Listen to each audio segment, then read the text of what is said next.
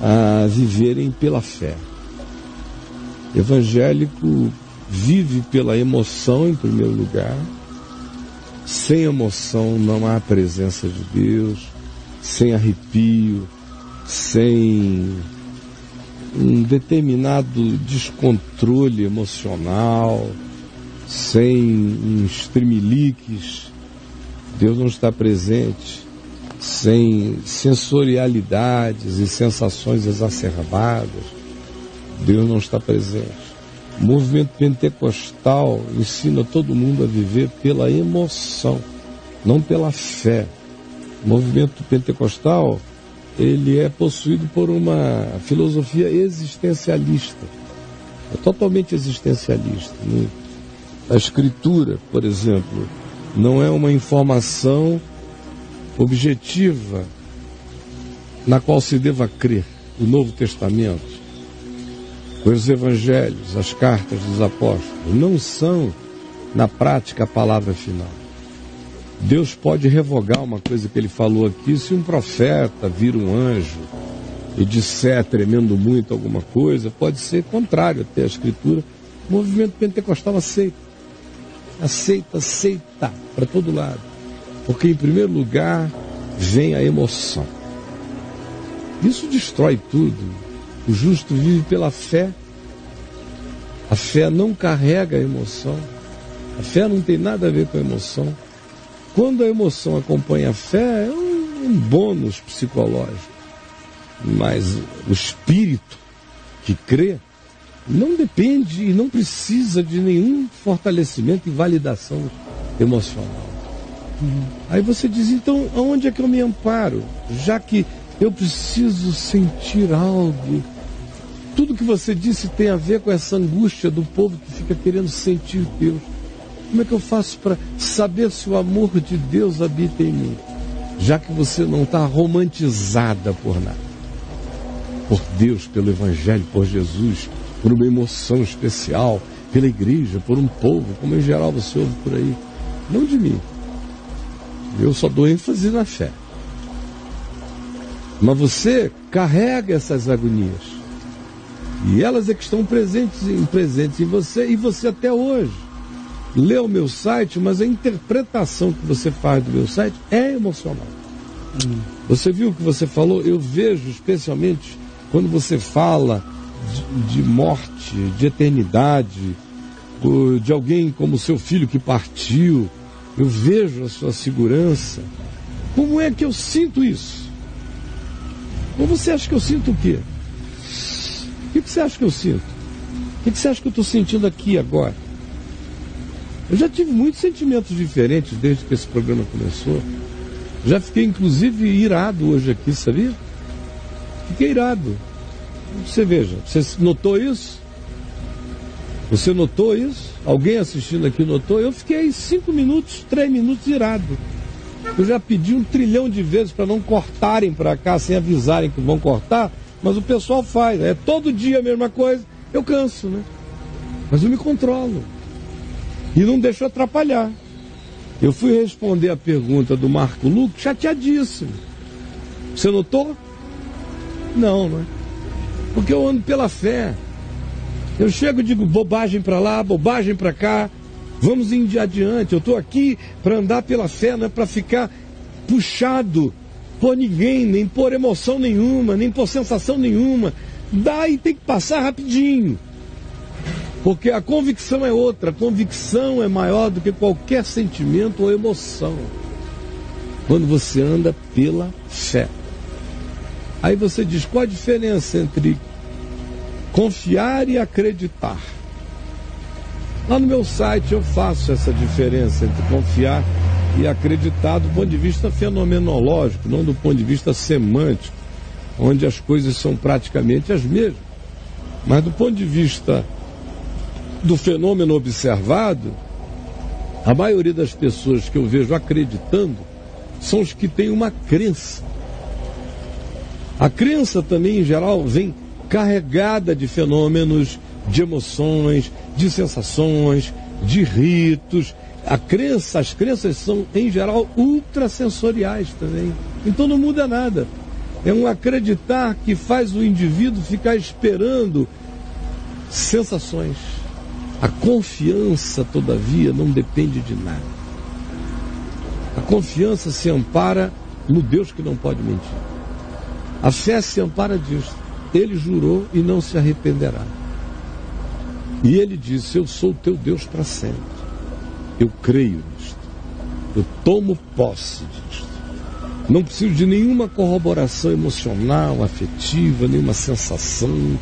Tomo posse disso feliz, tomo posse disso infeliz, tomo posse disso alegre, tomo posse disso triste, tomo posse disso bem-humorado, tomo posse disso irritado, até irado.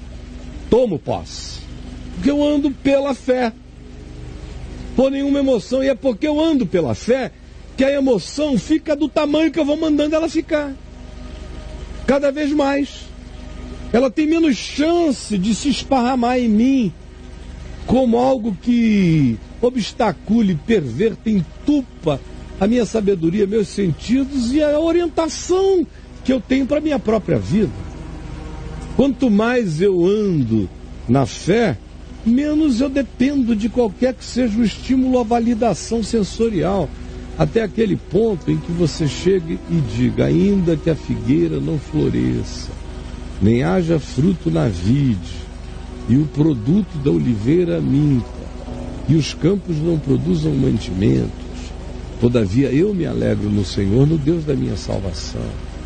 Ou como Paulo diz, escrevendo aos Filipenses: tudo posso naquele que me fortalece.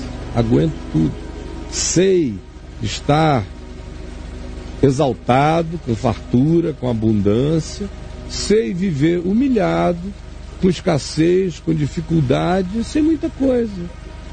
Conheço os polos da vida, não ando por emoção, não acho que Deus está mais comigo quando os confortos são maiores, nem acho que Deus está menos comigo quando eu estou vivendo em plena escassez, fome, perigo, nudez, espada. Não.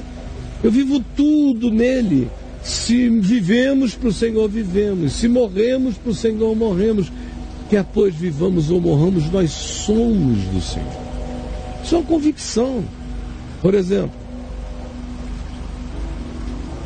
eu não me sentia filho dos meus pais. Eu me sabia filho dos meus pais.